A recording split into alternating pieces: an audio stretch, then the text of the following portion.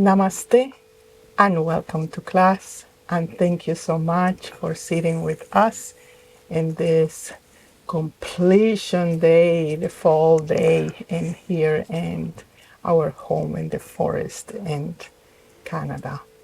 And in today's class, since inspired by the fall days and all the how the energy goes down into the earth back, we want to talk about the process of death and its spiritual connections. So this is a conversation with Matthew. So Matthew, thank you for sitting with us. I'm really happy to be discussing here. Yes, just yesterday we were talking about just this process, and he say something that get in my mind, and I say, well, maybe we should inspire others with that. And the sentence that you said in that conversation was, death is not a spiritual path, or is not part of the spiritual path. So can you elaborate on that?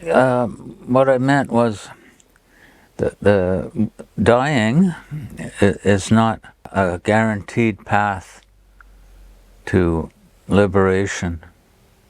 As some people might suggest, when you die, you just go into the divine. But it's the state in which you're in at that moment of death which determines where you go, you know. What you become. What you become, yeah. And it's the same as in life when we're alive.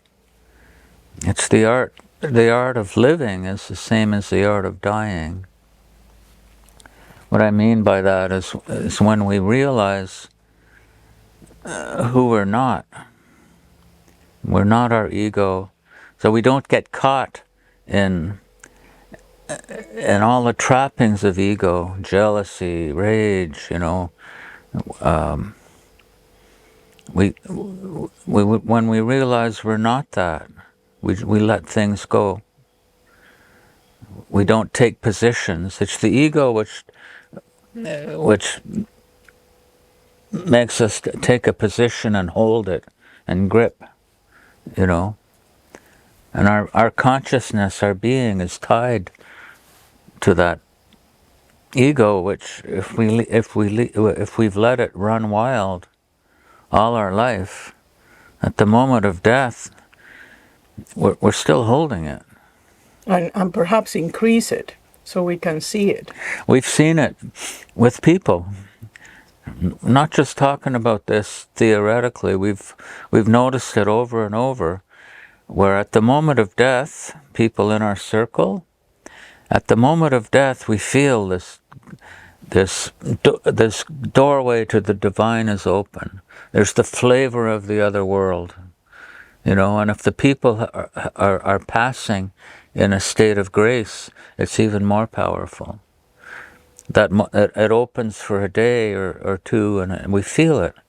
And it's very reassuring to know that that's what's awaiting us, you know.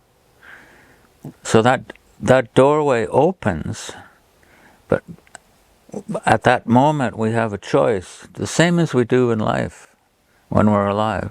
In any moment of transition, really. Yeah, at that moment of death, when that door opens to the divine, do we choose that? Do we choose to let go of everything we're holding from our life, or do we choose to release it? So in our circle, we've noticed people who have chosen not to let it go, and then they hang around.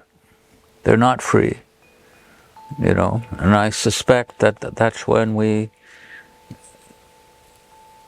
have to reincarnate, and we'll reincarnate in exactly a type of life that reflects what we're holding, you know.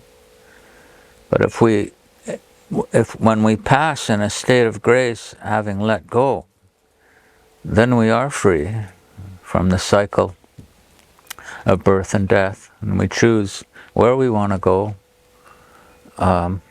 I suspect this to be true because we've seen it over and over where people have not let go and they stay around.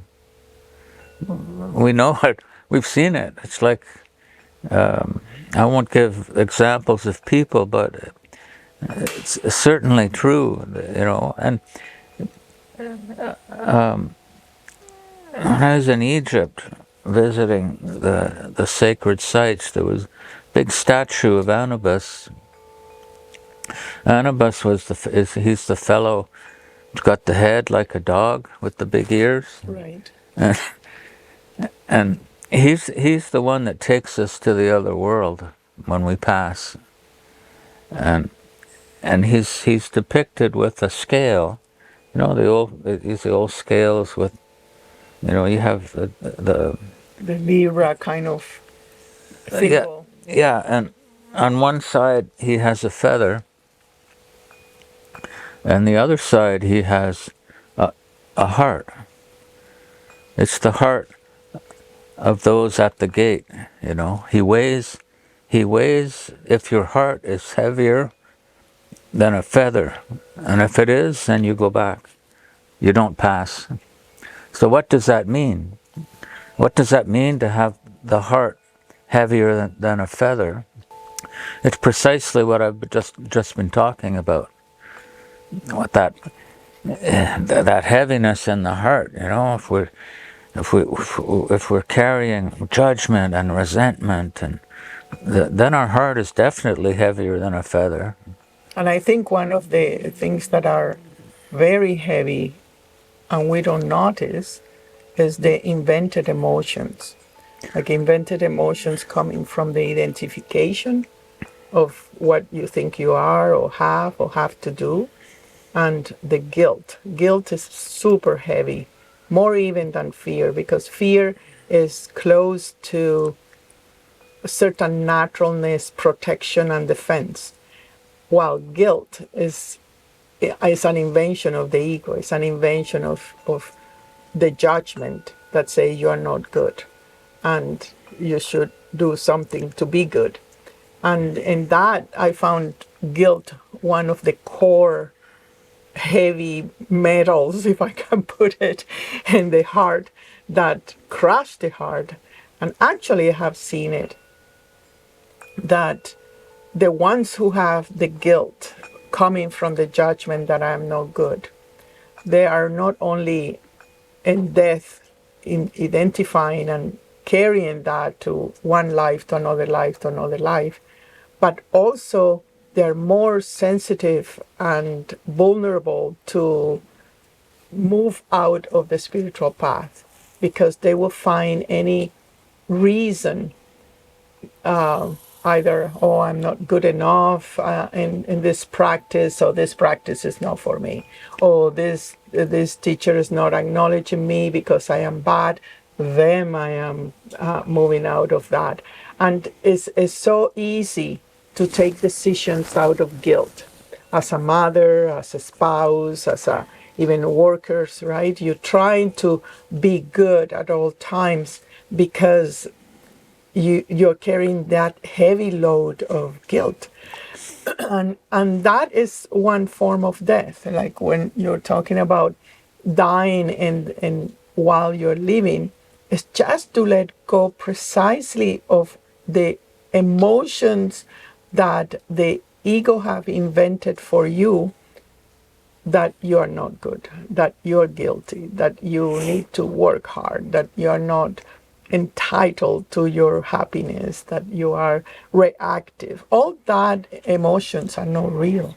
So it is something that if you keep carrying it to the moment of death, you have that belief system is crystallized as a belief system, and therefore the belief system move your biology and form your biology, and it will shape your next incarnation with less vital force, divine force, a spiritual force.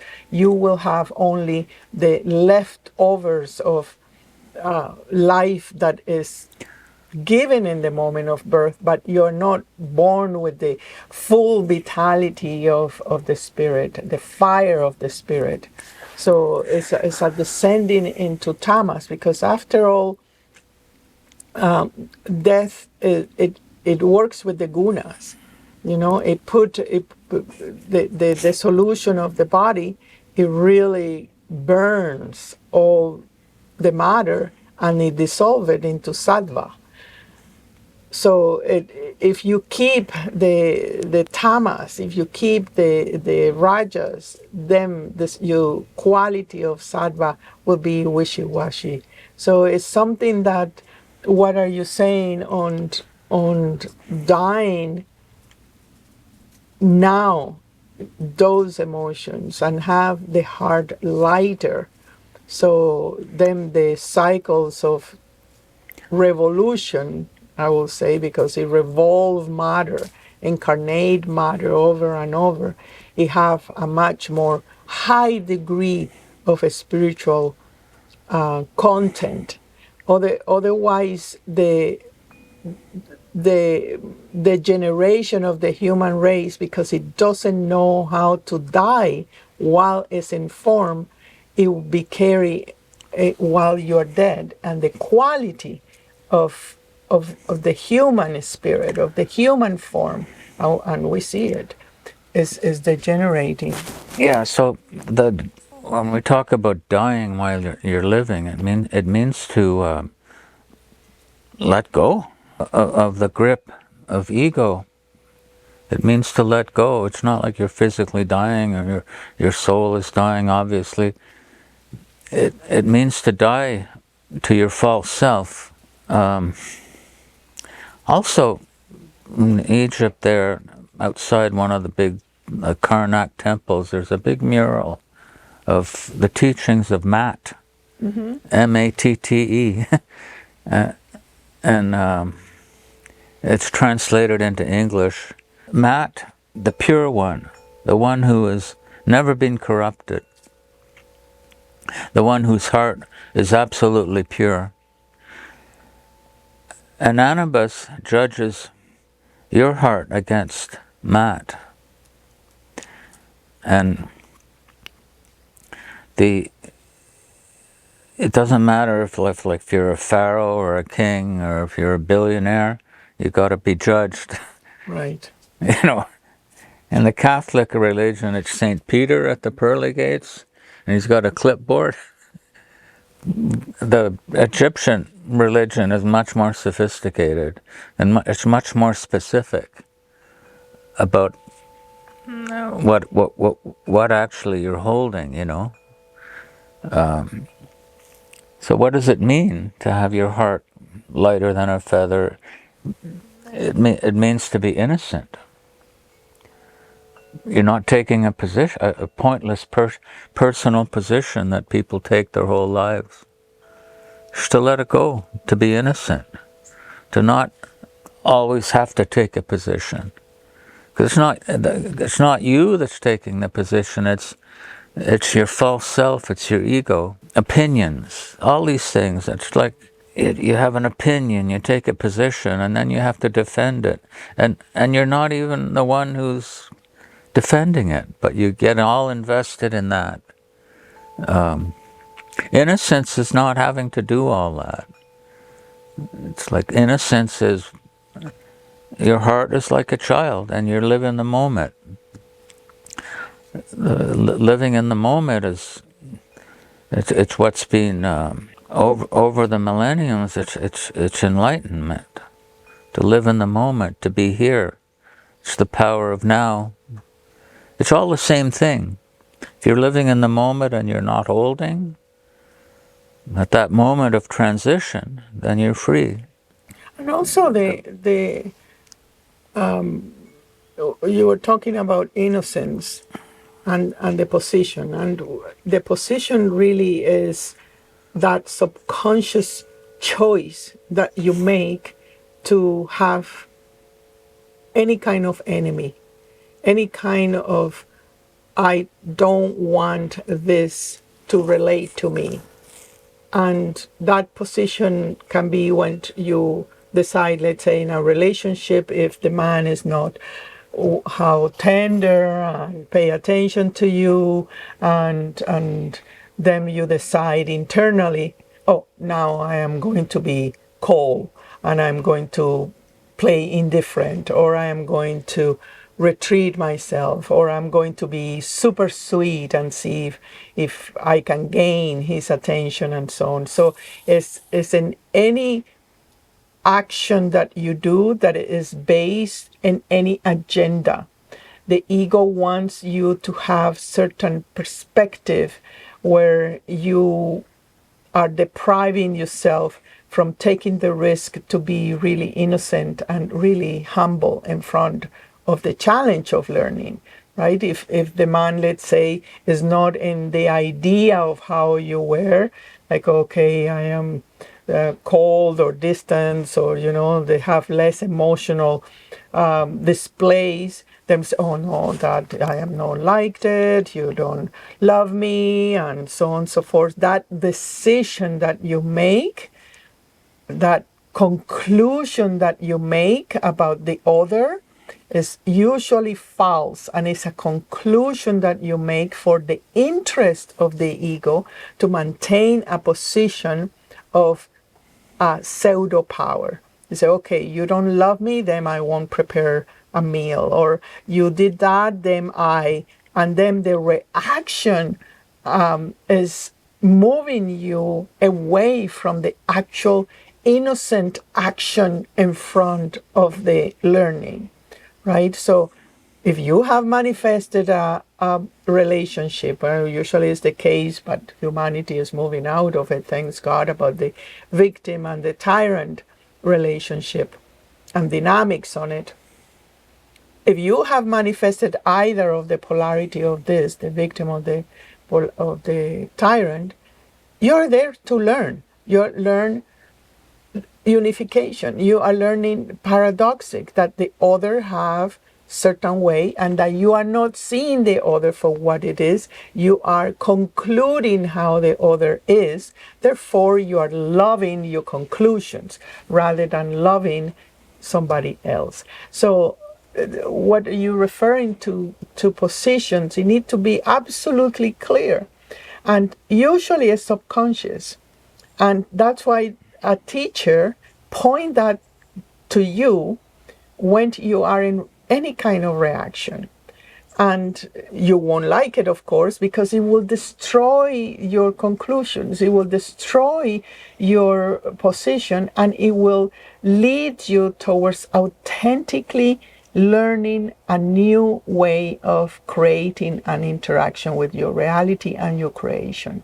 So all these conclusions, all those concepts that we have made about any roles, the mother have big conclusions and the deductions. Oh, the child have to be in a certain way. I have to sacrifice.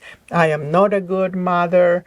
They create the guilt of not being a good mother, not being a good spouse, not being a good worker, and so on. And the guilt is operating inside, like say, okay, take this position, take this other position, reject, extend, reduce boundaries, extend boundaries, and it gives you a dictionary of how you should be, modifying and mutilating you, and to an extent that you have no energy.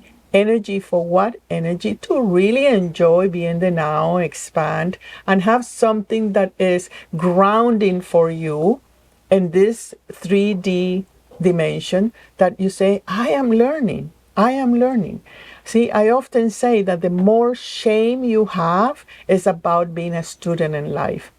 That you don't want to learn, because in there you have to be open and vulnerable and say, I don't know this. I don't know how to love. I don't know how to, and I'm here to learn. And that is part of the innocence you're talking about. And that's part of the vulnerability that death puts you in front, where you have no positions, zero positions. Can you for a second imagine that? Zero positions in front of anything, zero reactions in front of anything, the weather, the food, the relations, anything, the world state, zero reaction. You create the witness inside. And with that witnessing, you start having the compassion. You can interact, no agenda in the interaction. Then you maintain that innocence. It fade away. And in that fade away is a step of death. It's a step towards you being the form, but not be attached to the form, to the definition of the form, and to the identification of the form. Then you are dead, but you are living the true spirit force that you have inside yourself. So take note about the positions. This is, I think, one of the most important parts, because that is the part that we are asking you to die. It's nothing else than that. And what awaits is know what you are concluding, know what are you expecting. You say, oh, it's going to be hard. Spiritual work is hard, and so on. What is there is just joy, expansion, quality, love, the now, the timeless you. Yeah, the intelligent seeker will identify, The position. I'm in a position now, Yeah. and the one who's in that position is precisely who I'm not. You know, but that takes intelligence, the intelligence of the seeker. You know, where you've lived enough, you've done enough tantrums, and you've taken it to the end, and you come to a point where no, I'm done with it. I identify the ego now, that pain body that can come and take over, and all the pseudo emotions with it, all that nonsense. And we can be free. We can be free of it. We can be liberated. And I want to add to this the definition of the warrior, because that's something that was coming in this conversation for me, is to see that all of us have that quality of seeing the truth and moving out of the untruth. And for that is a certain spiritual fire, call it the intelligence of the seeker. But it is that bravery that everybody has, is innate in you, is designed within you to live in the matrix and to see what is false and what is not. But this warrior have been hijacked by the ego. And you have very powerful sights and seekers that are able to see the position, but then they say, I cannot let go. How come I cannot let go? Because within that, there is a conclusion inside, an identification with the warrior that say, if I don't have an enemy, I won't have a sense of self. I don't have anything to fight for. I don't have any purpose. I don't have any sense of service. So the warrior in you can be danger, or better say, can work against that intelligence, because you create a conclusion of certain enemy outside of you.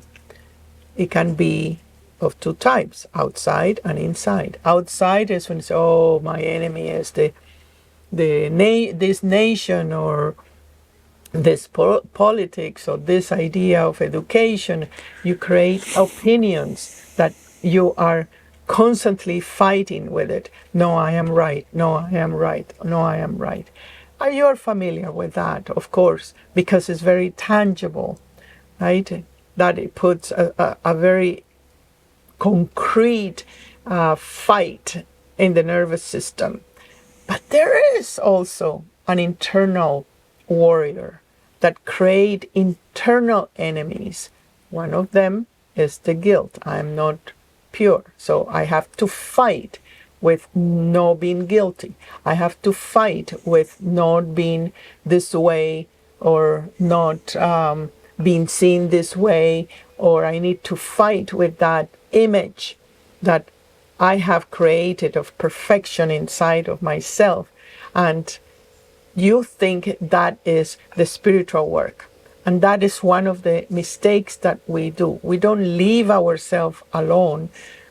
Instead, we have this warrior invested in trying to control and manipulate what we don't like about ourselves, right? Either our weight, or our the way we think, or the way that we pretend, or the whatever you don't like. Inside, usually emotions that are uncomfortable, you warrior want to modify it, but that's not the solution. Instead, the warrior need to be in such a state of neutrality to see what is true and what is not true, to identify the positions, to protect your heart from that tormented battle between the good and the evil that you think you are. That polarity is just burns your nervous system and puts you into war zone that is written to be lost. You cannot win that. It's a forever ending war. The battle between the idea that you're bad and the pursuing that you need to be good. There's so many chapters in that. And again, it's only a teacher that can really point that at you to make that conscious, so you're not trapped in your own house of mirrors. I thank you very much for sitting with us. Take notes. Send us a note if you think that you need some guidance in this topic. And thank you again. Thank you, Matthew. Thank you. And I'll see you in our next lesson. Namaste.